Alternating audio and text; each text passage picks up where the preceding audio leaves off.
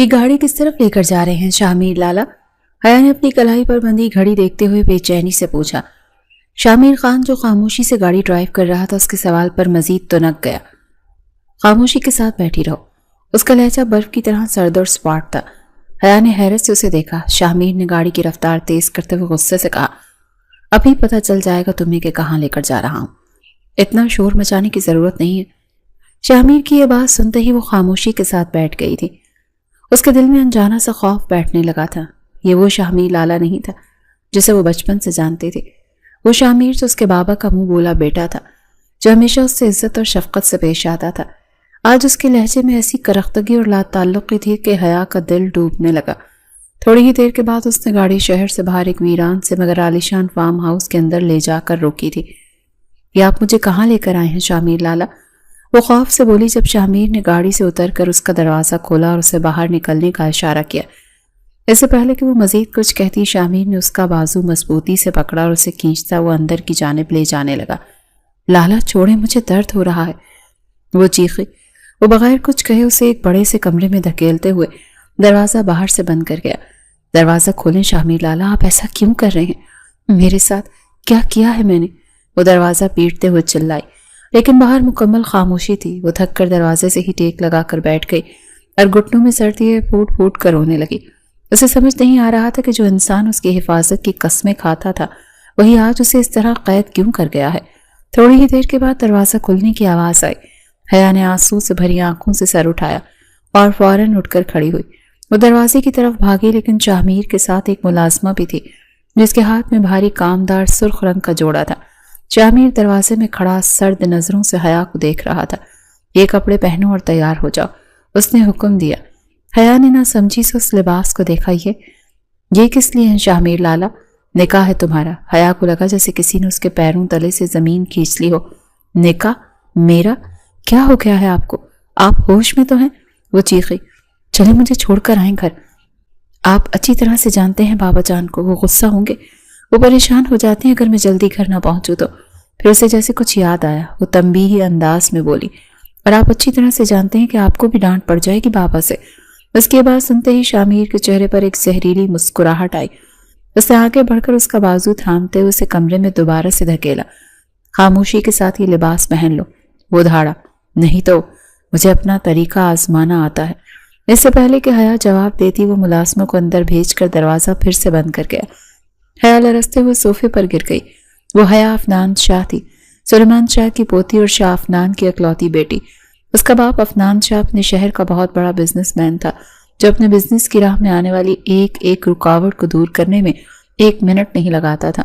اسے دنیا میں اگر کسی چیز سے جنون کی حد تک محبت تھی تو وہ تھا اس کا بزنس اور اس کی بیٹی، جبکہ دوسری طرف شاہ اس کے بابا کے لختہ جگر دوست ریحان خان زادہ کا بیٹا تھا۔ حیا کو یاد تھا کہ بابا بتاتے تھے کہ شاہ کی سالگرہ کے دن ہی اس کے ماما پاپا ایک المناک گاڑی کے ایکسیڈنٹ میں اسے ہمیشہ کے لیے چھوڑ کر چلے گئے تھے۔ اس وقت شاہ بہت چھوٹا تھا، تب اسے دلاسا دینے والا کوئی نہیں بلکہ اس کا باپ افنان شاہ تھا۔ افنان شاہ کو اپنے گھر لے آئے تھے۔ شاہ کے نانا نانی حیات تھے، لیکن وہ اکیلے رہتے تھے اور کچھ ہی سالوں بعد ان کی بھی موت ہو گئی تھی۔ شاہ تب سے انہی کے گھر میں رہتا تھا۔ افنان شاہ نے کبھی کوئی کمی ہی نہیں رہنے دی تھی۔ وہ ہمیشہ شاہ کو اپنی سگی اولاد سے بڑھ کر سمجھتے تھے۔ شاہ بھی یہ سوچ کر حیران ہوتا کہ آج کے زمانے میں بھی اتنے اچھے لوگ موجود ہوتے ہیں جو دوسروں کے بچوں کو اس طرح سے پرورش کرتے ہیں۔ حیا سے ہمیشہ لالا کہتی تھی، اس پر سخت گیری بھی کرتا تھا۔ شاہ خان کو فضول میں حیا کا باہر نکلنا، دوستوں کے ساتھ گھومنا بالکل بھی اچھا نہیں لگتا تھا، اسی لیے وہ اکثر حیا کو منع کرتا تھا۔ حیا کے اکثر اپنے دوستوں سے کہتی کہ میرے شاہ لالا بہت اچھے ہیں، شاہ لالا نہ ہو تو ایسا لگتا ہے جیسے دنیا ہی ویران ہے، ان کے بغیر رونق ہی نہیں ہوتی۔ اور آج وہی شاہ لالا بی جی اٹھے۔ ملازمہ نے اس کے کاندھے پر ہاتھ رکھتے ہوئے کہا، وقت نہیں ہے، لالا جی انتظار کر رہے ہیں۔ حیا نے آنسوں سے سوجا ہوا چہرہ اٹھایا، اس کا دل کسی انہونی کے خوف سے بری طرح سے دھڑک رہا تھا۔ وہ اس سرخ جوڑے کو دیکھ رہی تھی جسے کوئی کفن ہو۔ میں یہ نہیں پہنوں گی، اس نے کانپتی آواز میں کہا۔ میں شاہ لالا سے بات کروں گی، وہ میرے ساتھ ایسا نہیں کر سکتے۔ بی جی ضد نہ کریں، ملازمہ نے بے چارگی سے کہا، وہ بہت غصے میں ہے، آپ کی بھلائی اسی میں ہے کہ جو وہ کہہ رہے ہیں چپ چاپ مان لیں۔ حیا بے بسی سے اٹھی، اس کے پاس کوئی راستہ نہیں تھا، بس انجان جگہ پر وہ بالکل تنہا تھی۔ کچھ دیر بعد دروازہ ایک بار پھر کھلا شاہمیر اندر داخل ہوا۔ اس کی نظریں تیار بیٹھی حیا پر پڑیں۔ ایک لمحے کے لیے اس کی آنکھوں میں کوئی انجانا تاثر ابھرا، لیکن اگلے ہی پل وہ پہلے سے زیادہ سرد اور بے رحم ہو گئی۔ حیا اسے دیکھتے ہی کھڑی ہو گئی اور بھاگ کر اس کے قدموں میں گر گئی۔ شاہمیر لالا، خدا کے لیے میرے ساتھ یہ ظلم نہ کریں۔ اس کے پاؤں پکڑ کر رو رہی تھی۔ بابا آپ پر کتنا بھروسہ کرتے ہیں، وہ آپ کو اپنی اولاد سے بڑھ کر چاہتے ہیں، آپ ان کے اعتماد کا خون کیسے کر سکتے ہیں؟ شاہمیر نے نفرت سے اسے دیکھا اور جھٹکے سے اپنے پاؤں چھڑائے۔ اولاد؟ وہ زہر خون لہجے میں ہنسا۔ وہی اولاد جو بچپن سے اس کے باپ کے ٹکڑوں پر پلتی رہی ہے؟ حیا نے چونک کر اسے دیکھا۔ لالا، آپ یہ کیسی باتیں کر رہے ہیں؟ وہی باتیں جو تمہارے باپ کو بہت پہلے سن لینی چاہیے تھی۔ اس نے حیا کا بازو پکڑ کر اسے وحشیانہ انداز میں کھڑا کیا۔ اب بہت ہو گیا تمہارا رونا دھونا، چلو میرے ساتھ۔ وہ اسے کھینچتا ہوا کمرے سے باہر لے آیا۔ باہر ایک وسیع لاؤنج تھا جہاں ایک مولوی صاحب، دو اجنبی آدمی جو شاید گواہ تھے، اور ان کے ساتھ دو بڑے خوفناک شکاری کتے کھڑے تھے۔ کتوں کی زنجیریں ان دو آدمیوں کے ہاتھوں میں تھیں۔ یہ منظر دیکھتے ہی حیا کی ریڑھ کی ہڈی میں سنسنی دوڑ گئی۔ یہ سب کیا ہے؟ وہ خوف سے پیچھے ہٹی۔ نکاح، شاہمیر نے اسے لاؤنج کے بیچ میں دھکیلتے ہوئے کہا۔ جہاں نکاح نامہ میز پر رکھا تھا، میں یہ نکاح نہیں کروں گی۔ حیا نے اپنی پوری ہمت جمع کرتے ہوئے چیخی۔ آپ میرے ساتھ زبردستی نہیں کر سکتے، یہ گناہ ہے۔ نکاح نامے پر دستخط کرو حیا، وہ غرایا۔ اس کی آواز اتنی خوفناک تھی کہ حیا جو روتے ہوئے اس کے خوف سے سانس رک چکی تھی، فوراً گہری سانس لی۔ مجھے جانے دیں شاہمیر لالا، میں نے آپ کا کیا بگاڑا ہے؟ وہ لرزتے ہوئے بولی۔ اس نے شاہمیر کا یہ روپ پہلی بار دیکھا تھا۔ میں نے کہا دستخط کرو ورنہ۔ وہ غصے سے اس کی طرف بڑھا۔ جیسے ہی اس نے ہاتھ اٹھایا، شاہمیر کے وہ پالتو کتے بھی بری طرح بھونکنے لگے۔ وہ دونوں کتے آگے بڑھے لیکن ان کے مالکوں نے زنجیریں کس کے کھینچ لیں۔ حیا کتوں کو اپنی طرف لپکتے دیکھ کر خوف سے چیخ مار کر پیچھے ہٹی۔ نہیں، انہیں روکو۔ دستخط کرو۔ شاہمیر نے قلم اس کے آگے کیا۔ حیا کے ہاتھ پیر کانپ رہے تھے۔ ایک طرف شاہمیر کی وحشت تھی تو دوسری طرف یہ خوفناک جانور۔ اس کے پاس مزاحمت کا کوئی راستہ نہیں بچا تھا۔ اس نے کانپتے ہاتھوں سے قلم پکڑا اور روتے ہوئے نکاح نامے پر دستخط کر گئی۔ مولوی نے جلدی جلدی نکاح پڑھایا۔ گواہوں نے دستخط کیے۔ شاہمیر نے سرد مسکراتی نظروں سے پہلے روتی ہوئی حیا کو اور پھر نکاح نامے کو دیکھا۔ ابھی تو بدلہ شروع ہوا ہے۔ حیا افنان شاہ اس کے کان کے قریب سرخوشی کرتے ہوئے بولا۔ تم تو ابھی سے رو رہی ہو، کیسا بدلہ شاہمیر لالا؟ حیا نے نکاح نامے سے نظریں ہٹا کر آنسوؤں میں ڈوبی ہوئی آنکھوں سے دیکھا۔ کیا بگاڑا ہے میں نے آپ کا یا میرے بابا نے؟ مولوی صاحب اور گواہ جا چکے تھے۔ ملازمہ بھی لاؤنج سے چلی گئی تھی۔ اب اس وسیع اور پرتعیش قید خانے میں وہ دونوں اکیلے تھے۔ شاہمیر نے نکاح نامہ اٹھایا اور احتیاط سے طے کر کے اپنی جیب میں رکھا۔ تم نے؟ وہ طنزیہ انداز میں مسکرایا۔ تم نے کچھ نہیں بگاڑا حیا، تم تو بس قیمت ہو۔ قیمت؟ کس چیز کی قیمت؟ وہ سمجھ نہیں پا رہی تھی۔ ان تمام احسانات کی قیمت جو تمہارے باپ عظیم افنان شاہ نے مجھ یتیم پر کیے ہیں۔ وہ اس کی طرف بڑھا۔ ان ٹکڑوں کی قیمت جو اس نے میرے آگے پھینکے، اس چھت کی قیمت جس کے نیچے اس نے مجھے پناہ دی۔ حیا کو اس کے الفاظ تیر کی طرح لگے۔ احسانات، ٹکڑے؟ آپ یہ کیا کہہ رہے ہیں لالا؟ بابا آپ سے اپنے سگے بیٹوں سے بھی زیادہ محبت کرتے ہیں۔ انہوں نے آپ کو پالا ہے، آپ کو اس قابل بنایا ہے۔ خاموش! وہ زور سے دھاڑا کہ حیا کانپ کر 2 قدم پیچھے ہٹ گئی۔ محبت؟ اس کی آنکھوں میں وحشت ناچ رہی تھی۔ وہ محبت نہیں تھی، وہ دکھاوا تھا، دنیا کو بتانے کے لیے کہ افنان شاہ کتنا بڑا مسیحا ہے۔ اس نے مجھے پالا نہیں، مجھے قید رکھا، اپنے احسانوں کے بوجھ تلے دفن کیا۔ آپ جھوٹ بول رہے ہیں، حیا نے روتے ہوئے کہا۔ میرے پاپا ایسے نہیں ہیں، وہ بہت ہی اچھے انسان ہیں۔ اچھے انسان؟ شاہمیر کا قہقہ پورے لاؤنج میں گونجا۔ تمہارا باپ ایک مجرم ہے، اس نے جان لی ہے کسی کی۔ حیا کو لگا جیسے اس کے کانوں میں سیسا پگھلا کر ڈال دیا گیا ہو۔ نہیں، بس کریں، ایک لفظ بھی مت کہیں میرے بابا کے بارے میں۔ وہ چیخی۔ آپ پاگل ہو گئے، آپ کو ہوش نہیں، آپ کیا کر رہے ہیں؟ میں بالکل ہوش میں ہوں حیا۔ اس نے اپنا لہجہ یکدم سرد کر لیا۔ اتنا ہوش میں کہ پچھلے کئی سالوں میں نہیں تھا، اور اب وقت آ گیا ہے کہ تمہارے باپ کو بھی اس کے گناہوں کا احساس دینا پڑے۔ کون سے گناہ؟ وہی گناہ جس کی وجہ سے آج میں یتیم ہوں اور تم اپنے باپ کے سائے میں شہزادیوں کی طرح پلی ہو۔ اس نے صفاقی سے کہا۔ اس نے میرا سب کچھ چھین لیا، اب میں اس کا سب کچھ چھین لوں گا۔ حیا کو اس کی باتیں کسی پہیلی کی طرح لگ رہی تھی، ایک خوفناک پہیلی جس کا جواب وہ جاننا نہیں چاہتی تھی، اور شروعات تم سے ہو چکی ہے۔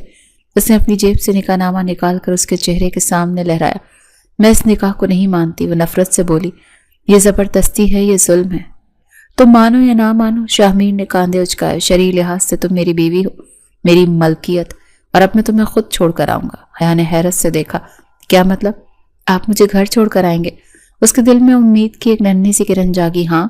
اس نے اس کا بازو دوبارہ مضبوطی سے پکڑا تاکہ تمہارے باپ کو معلوم ہو سکے کہ جب کسی کے گھر کی بربادی ہوتی ہے تو اسے کتنی تکلیف ہوتی ہے، تاکہ وہ خود اپنی اکلوتی بیٹی کی رخصتی کا تماشا دیکھے۔ نہیں، وہ سمجھ گئی تھی کہ وہ اسے رہا نہیں کر رہا بلکہ عذاب کے اگلے مرحلے کی طرف لے جا رہا ہے۔ جو اسے کھینچتا وہ واپس گاڑی تک لایا اور اسے اندر بٹھا کر خود ڈرائیونگ سیٹ پر بیٹھ گیا۔ شاہ میر لالا پلیز ہوش کریں۔ وہ راستے بھر روتی رہی۔ آپ کو کوئی غلط فہمی ہوئی ہے، بابا ایسا نہیں کر سکتے، آپ ایک بار ان سے بات تو کریں۔ بات؟ اس نے گاڑی کی رفتار تیز کرتے ہوئے کہا۔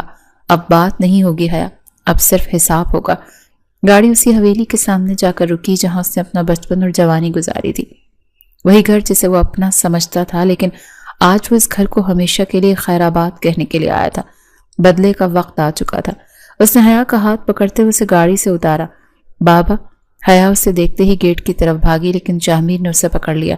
این اسی وقت عفنان شاہ جو شاید اسی کے انتظار میں لان میں ٹہل رہے تھے، گیٹ کھلنے پر چونک کر مرے۔ حیا بیٹا، تم نے یہ کیا پہنا ہوا ہے؟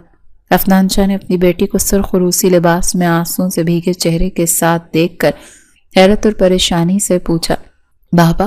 حیا کی بچی کچھ ہی ہمت بھی اب باپ کو دیکھ کر جواب دے گئی۔ وہ روتے ہوئے اس کی طرف لپکی۔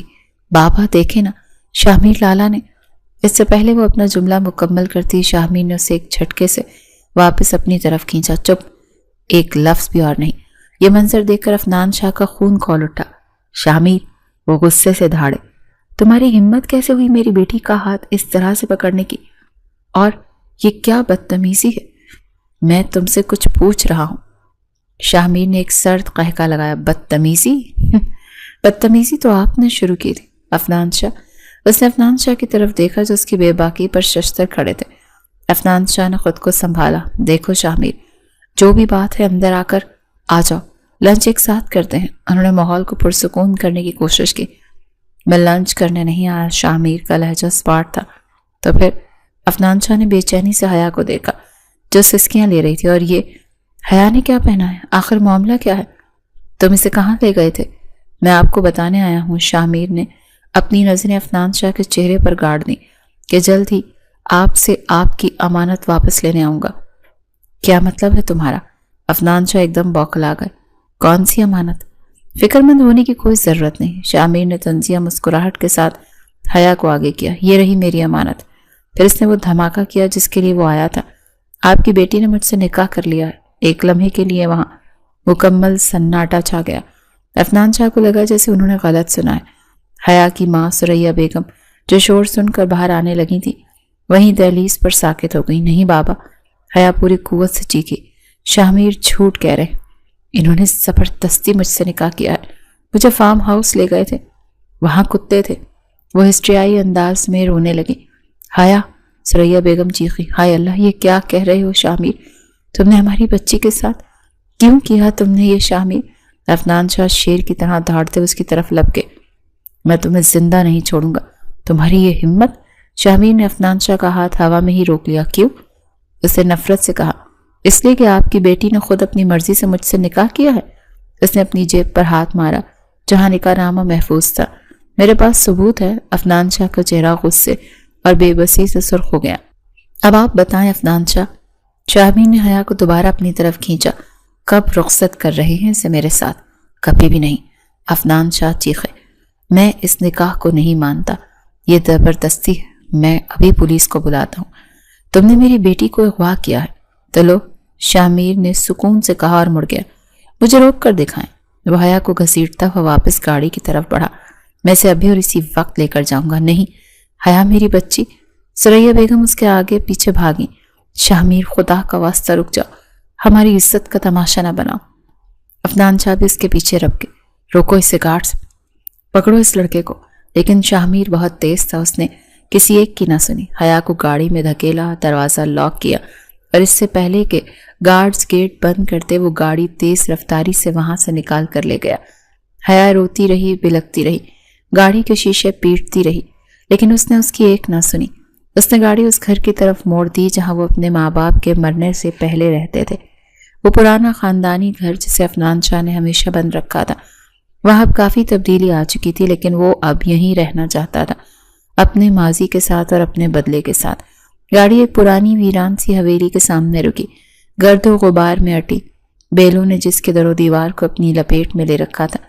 یہ شامیر کے دادا کا گھر تھا جہاں اس کے والدین نے اپنی زندگی کے آخری دن گزارے تھے۔ عفنان شاہ کی حویلی کی چکا چوند کے سامنے یہ جگہ کسی بھوت بنگلے سے کم نہیں لگ رہی تھی۔ یہ ہم کہاں آ گئے؟ حیا نے خوف سے گاڑی کے شیشے سے باہر دیکھتے ہوئے پوچھا۔ یہ جگہ اس کے لیے بالکل انجان تھی۔ شامیر نے کوئی جواب نہیں دیا۔ اس نے گاڑی کا دروازہ کھولا اور باہر نکل کر اس کا دروازہ کھولا۔ اترو۔ نہیں، میں نہیں اتروں گی۔ وہ سیٹ سے چپک گئی۔ مجھے بابا کے پاس واپس لے چلیں پلیز لالا۔ شامیر نے غصے سے اس کا بازو پکڑا اور اسے زبردستی باہر کھینچ لیا۔ وہ اس بھاری عروسی جوڑے میں بمشکل خود کو سنبھال پائی اور گرتے گرتے بچی۔ وہ اسے گھسیٹتا وہ حویلی کے بھاری زنگ آلود گیٹ تک لایا، جیب سے چابی نکال کر تالا کھولا اور اسے اندر دھکیل دیا۔ اندر داخل ہوتے ہی حیا کا ٹھنڈک اور ایک عجیب سی بھوک کا احساس ہوا۔ گھر برسوں سے بند پڑا تھا، فرنیچر پر سفید چادریں بچھی تھیں اور ہر طرف دھول جمی تھی۔ یہ آپ کا نیا گھر ہے حیا عفنان شاہ، شامیر نے اس کے پیچھے گیٹ بند کرتے ہوئے کہا۔ تالے کے بند ہونے کی آواز حیا کے دل پر ہتھوڑے کی طرح لگی، بلکہ کہنا چاہیے کہ میرا پرانا گھر، وہ گھر جسے تمہارے باپ کی مہربانیوں نے ویران کر دیا تھا۔ میرے باپ نے؟ حیا نے روتے ہوئے اسے دیکھا۔ وہ ایسا کیوں کریں گے؟ آپ جھوٹ بول رہے ہیں، آپ کو کوئی بہت بڑی غلط فہمی ہوئی ہے۔ غلط فہمی؟ شامیر اس کی طرف پلٹا، اس کی آنکھوں میں سرخ ڈورے تیر رہے تھے۔ جس انسان کو میں نے اپنا باپ سمجھا، جس کے قدموں میں میں نے اپنی ساری عزت لا کر رکھ دی، وہ میرے ہی باپ کو جان سے مارا، یہ غلط فہمی ہے؟ حیا نے سناٹے میں اس کی بات سنی۔ آپ ہوش میں تو ہیں؟ بابا اور کسی کی جان لینے والے؟ یہ ناممکن ہے۔ آپ اس گھر میں رہتے ہوئے تمہیں ہر ناممکن بات ممکن لگے گی۔ اس نے اس کا ہاتھ چھوڑ دیا اور ایک چھوٹے سے گرد سے اٹے کمرے کی طرف اشارہ کیا۔ وہ تمہارا کمرہ ہے۔ حیا نے اس کمرے کو دیکھا جہاں بمشکل ایک ٹوٹی چارپائی اور ایک پرانی الماری رکھی تھی۔ اور یہ؟ شامیر نے اس کے سرخ عروسی جوڑے کو حقارت سے دیکھا۔ یہ اتارو، یہاں تم عفنان شاہ کی شہزادی بن کر نہیں بلکہ ریحان خانزادہ کے مجرم کی بیٹی بن کر رہو گی۔ میں یہ سب نہیں مانتی، وہ ہمت کر کے بولی۔ آپ میرے بابا پر اتنا گھنونا الزام لگا رہے ہیں، آپ کو شرم آنی چاہیے۔ انہوں نے آپ کو پالا اور آپ انہی کی بیٹی کے ساتھ۔ پالا نہیں تھا، وہ دھاڑا قید رکھا تھا، اپنے گناہوں کا کفارہ ادا کر رہا تھا۔ وہ مجھے اپنے سامنے رکھ کر مجھ پر احسان کر کے وہ اپنے ضمیر کا بوجھ ہلکا کر رہا تھا۔ لیکن اب بس۔ وہ مڑا اور مرکزی ہال سے ہوتے کچن کی طرف بڑھا۔ حیا بھی روتے ہوئے اس کے پیچھے لپکی۔ لالا میری بات تو سنی نا۔ وہ رکا۔ آئندہ مجھے لالا مت کہنا۔ اس نے انگلی اٹھا کر تنبیہ کی۔ میں تمہارا شوہر ہوں شامیر خان، اور تم میری بیوی۔ وہ کچن میں داخل ہوا جو کسی پرانے گودام کا منظر پیش کر رہا تھا۔ اور بیوی ہونے کے ناطے اب تم اس گھر کا خیال رکھو گی۔ کہ کیا مطلب؟ مطلب یہ کہ مجھے بھوک لگی، اس نے سرد لہجے میں کہا۔ جاؤ کھانا بناؤ۔ حیا، جس کے کبھی اپنی زندگی میں پانی کا گلاس اٹھا کر نہیں پیا تھا، جو ہمیشہ ملازموں کے جھرمٹ میں رہی تھی، وہ سکتے کے عالم میں اسے دیکھنے لگی۔ کھانا؟ مجھے کھانا بنانا نہیں آتا، تو پھر سیکھ لو، اس نے بے رحمی سے کہا۔ یا پھر بھوکی مرو، مجھے کوئی فرق نہیں پڑتا۔ آپ اتنے ظالم کیسے ہو سکتے ہیں؟ اس کی آواز ٹوٹ رہی تھی۔ شامیر اسے وہیں چھوڑ کر سیڑھیاں چڑھتا ہوا اوپر اپنے والدین کے کمرے میں چلا گیا۔ حیا وہیں کچن کے ٹھنڈے فرش پر بیٹھ گئی اور پھوٹ پھوٹ کر رونے لگی۔ یہ کیسی آزمائش تھی؟ وہ شخص جو اس کا محافظ تھا آج اس کا سب سے بڑا درندہ بن گیا تھا۔ رات کا اندھیرا اس ویران حویلی میں مزید گہرا ہو گیا تھا۔ وہ ہمت کر کے اٹھی۔ اس بھاری لباس میں چلنا محال تھا۔ اس نے دیواروں کو ٹٹولتے ہوئے لاؤنج کا رخ کیا۔ ہر طرف اندھیرا تھا۔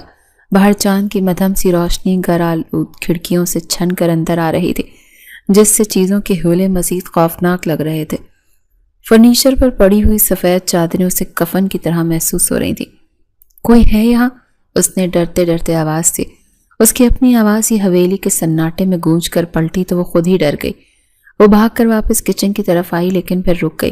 اسے اوپر سیڑھیوں کی طرف سے شامیر کے کمرے سے کسی چیز کے ٹوٹنے کی آواز آئی۔ اس کا دل حلق میں آ گیا۔